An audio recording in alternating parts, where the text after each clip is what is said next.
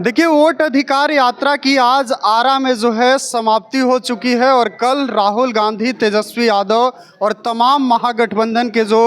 बड़े नेता हैं वो पटना में मार्च करेंगे और इसकी क्या कुछ प्रारूप होगी, इसको लेकर आज कांग्रेस पार्टी के तरफ से प्रेस वार्ता की गई। जो अविनाश पांडे जॉइंट सेक्रेटरी हैं ऑल इंडिया कांग्रेस के, उन्होंने पूरी बात की जानकारी दी है। साथ ही उन्होंने कहा कि अगर वोट चोरी नहीं होती तो पीएम भी जो चुनाव जीते वो नहीं जीत पाते, क्योंकि 6 राउंड तक हमारा कैंडिडेट आगे चल रहा था, लेकिन बाद में सिस्टम में हेरा फेरी कर चुनाव जीते मोदी जी। क्या कुछ उन्होंने कहा है और क्या कल के जो मार्च होगी उसका प्रारूप होगा, उसको लेकर भी जानकारी दी है उन्होंने। वीडियो के साथ आपको छोड़े जाते हैं। यहाँ कार्य करने आए मेरे साथी अखिल भारतीय कांग्रेस कमेटी के सम्मानित सचिव भाई से चेतन चौहान जी, महाराष्ट्र के हमारे वरिष्ठ नेता, कांग्रेस विधायक दल के वरिष्ठ नेता एवं भूतपूर्व गृह मंत्री भाई सतेज पाटिल जी, यहाँ उपस्थित बिहार के मीडिया चेयरमैन भाई प्रेमचंद मिश्रा जी, भाई ओझा जी, भाई झा साहब, हमारे उपस्थित प्रदेश कांग्रेस कमेटी के हमारी सम्मानित बहन, उपस्थित सभी पत्रकार साथियों, सबसे पहले तो आप सबका अखिल भारतीय कांग्रेस कमेटी की ओर से विशेष आपका यहाँ पर आभार और धन्यवाद मैं करता हूँ। माननीय राहुल गांधी जी की 17 अगस्त को शुरू हुई जो वोट अधिकार यात्रा है, उसे जिस प्रकार आप लोगों ने प्राधान्यता देते हुए और इस मुद्दे में जो आपका सहयोग किया, संविधान को बचाने के लिए, इस देश के लोकतंत्र को बचाने के लिए, मुझे खुशी है जाहिर करते हुए कि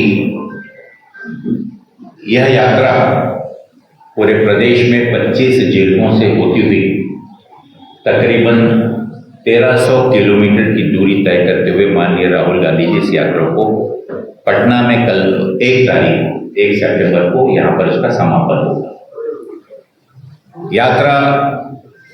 15 दिवस की, 1300 किलोमीटर, 25 जिले, लेकिन आज देश की, सिर्फ बिहार के ही नहीं लेकिन देश की जन सामान्य के जबान पर आज एक ही नारा है, वोट छोड़ गद्दी छोड़। यह नारा मात्र सिर्फ नारा नहीं है, लेकिन इस देश के भविष्य के साथ जो खिलवाड़, इस देश के मतदाताओं के हक को छीनने का जो षड्यंत्र और इस देश के लोकतंत्र पूर्ण तरह से कमजोर करने का की जो साजिश माननीय मोदी जी के नेतृत्व में भारतीय जनता पार्टी ने जो की, आज देश और इस देश का लोकतंत्र बहुत गंभीरता से इस बात से आहत है। बात सिर्फ वोट चोरी की नहीं है, लेकिन इस प्रदेश में, इस देश की लोकतांत्रिक तरीके से चुन के आई सरकारों की भी के अधिकार को पीछे रखकर लोकतंत्र के मजाक उड़ाते हुए इस देश की चुनी सरकार को भी अपदस्थ कर और गैर भाजपा सरकार को गिराकर वहां पर भारतीय जनता पार्टी की सरकार को स्थापित करने का कृत्य पिछले 11 वर्षों में समय समय पर हमने और इस देश की जनता ने देखा। ये यात्रा कल 1 सितंबर को पटना में पूरी होगी। इसकी रूपरेखा का उल्लेख मैं आपके सामने करना चाहूंगा कि जो 1 सितंबर को सुबह करीबन 10:50 पर राष्ट्रपिता महात्मा गांधी जी के को पुष्प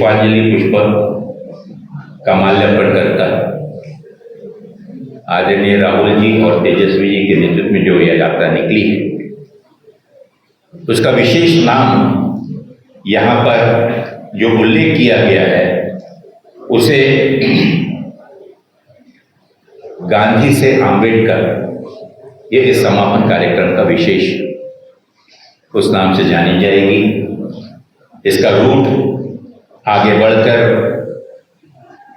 माननीय नेता गेट नंबर 1 गांधी मैदान से एसपी वर्मा रोड, डाक बंगलो चौराहा, कोतवाली थाना, नेहरू पथ, इनकम टैक्स चौराहा, बाबा साहब आम्बेडकर पार्क, नेहरू पथ होते हुए वहां पर सभी उपस्थित जितने भी प्रदेश के क्रांतिकारी नेता और जिनकी उपस्थिति होगी उनको संबोधित करेंगे माननीय राहुल जी तेजस्वी जी, और इंडिया गठबंधन के विभिन्न आए हुए नेता भी उसमें शामिल होंगे। साथ कि पूर्ण रूप से हताश भारतीय जनता पार्टी जब अपने आप को हारा हुआ महसूस कर रही है, ऐसे अवसर पर उन्हीं के माननीय केंद्रीय मंत्री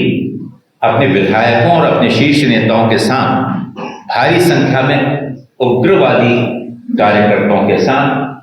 बिहार प्रदेश कांग्रेस कमेटी के कार्यालय पर हमला करते हैं, जबकि कार्यालय पर यहाँ के कर्मचारी और कुछ बाहर की जनता जब बाहर घूम रही थी उनके साथ में मारपीट करते हैं, वाहनों को तोड़ते हैं। यही सिर्फ यही दर्शाता है